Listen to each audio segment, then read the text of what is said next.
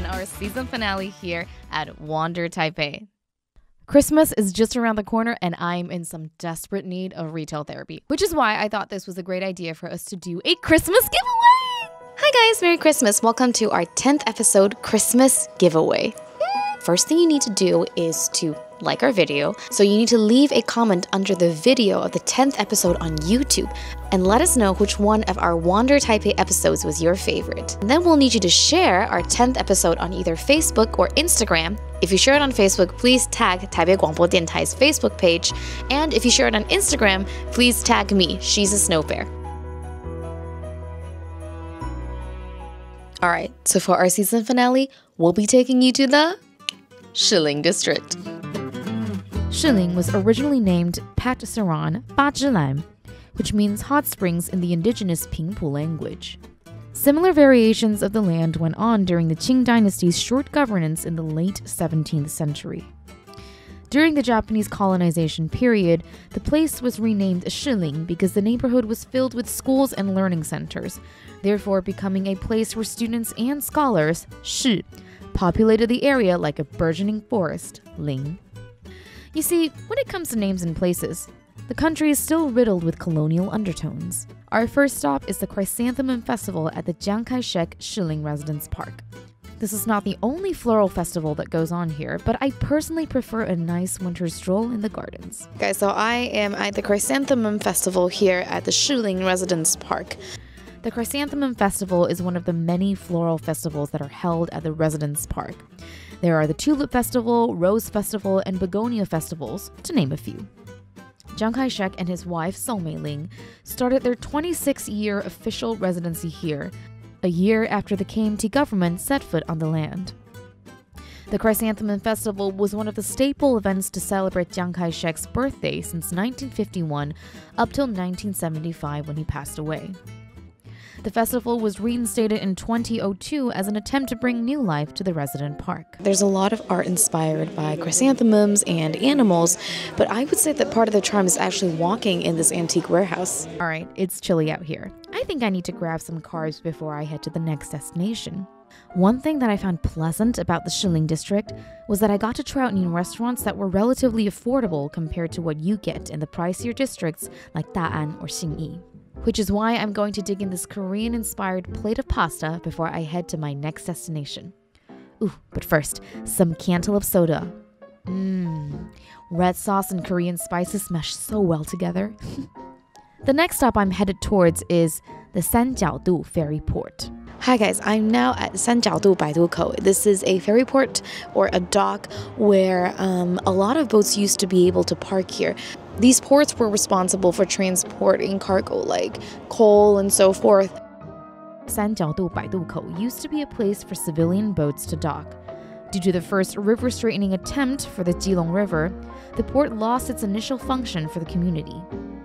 So, Sanjiaodu ferry port is one of the few places where you can still see Sanban parked over here. The terms Sanban came from Sanban, which means 3 wooden boards.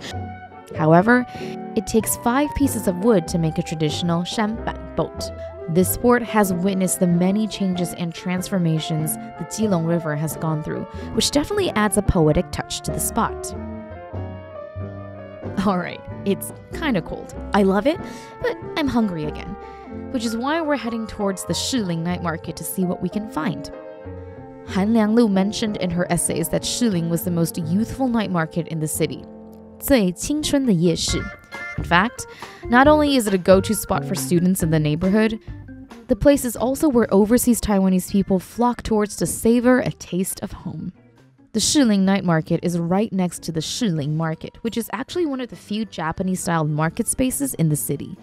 However, the community that fostered the market to expand originated from Cixian Gong, Cixian Temple, where they worship Matsu. The origins of Taiwanese market culture, local delicacies, and the names of certain places are filled with immigrant undertones, creating a very diverse palette for the people to enjoy. Alright, I'm starving. I'm gonna grab some lao mian xiaobing to see what the hype is about.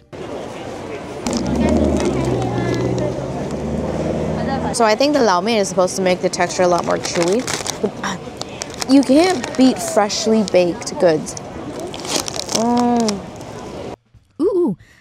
famous 大饼包小饼, a dish that gained popularity here at Shilin Night Market. The night market was in open spaces when I was in high school.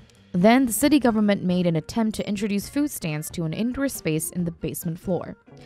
However, due to ongoing renovations underground, a lot of the food stands are now back on the streets and out in the open.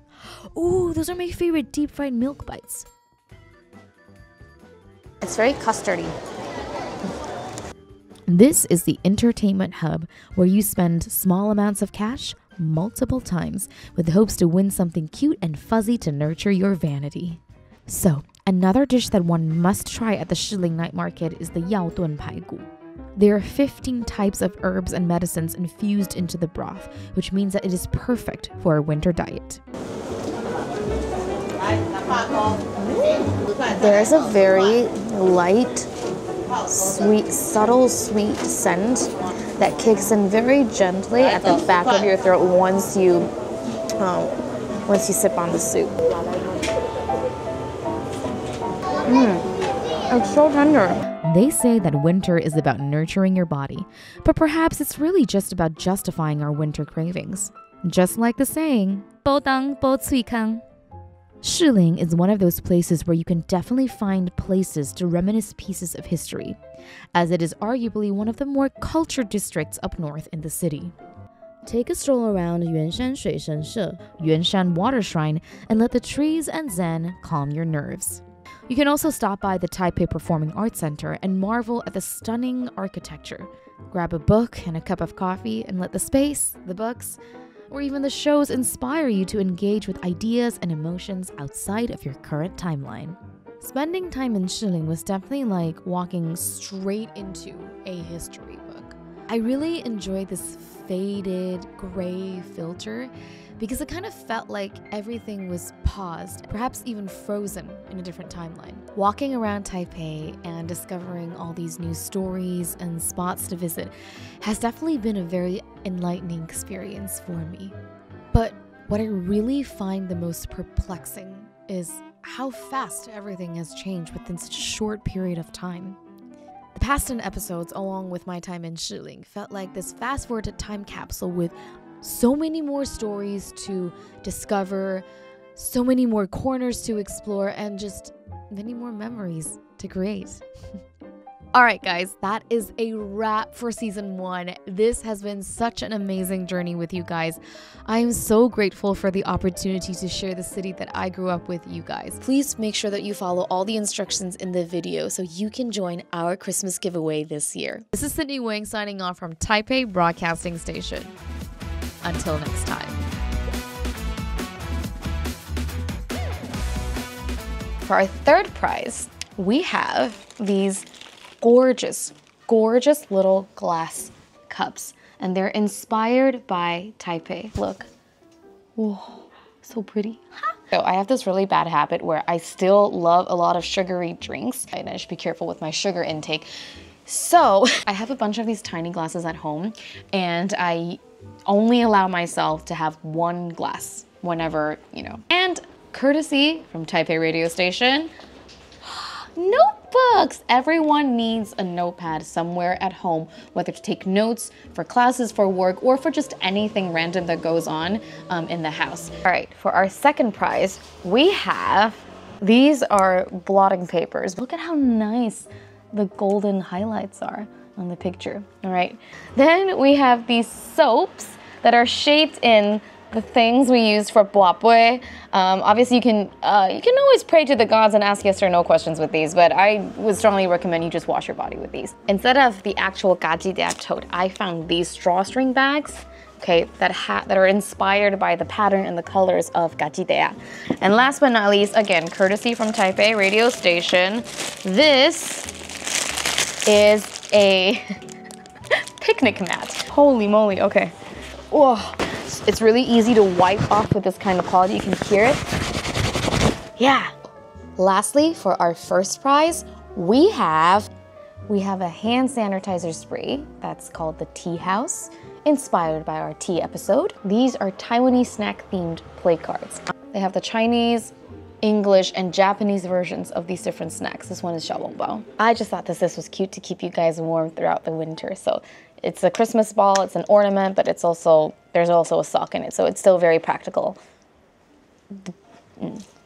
Nice tote bag with the word Taipei on it because the name of our show is Wander Taipei. You can see the cloth is pretty sturdy here, so it can definitely hold your books, your groceries, your camera, or anything that you have in mind. Last but not least, courtesy of Taipei Radio Station, look at this cup. Look how pretty the engraving is. My goodness, it's so nice. It kind of looks like a Stanley cup. It has a nice sturdy handle. It keeps your drinks cold, and it comes with a nice straw that you can put inside. Personally trying to convince my boss to get me one for free as well. But anyways, this is pretty nice.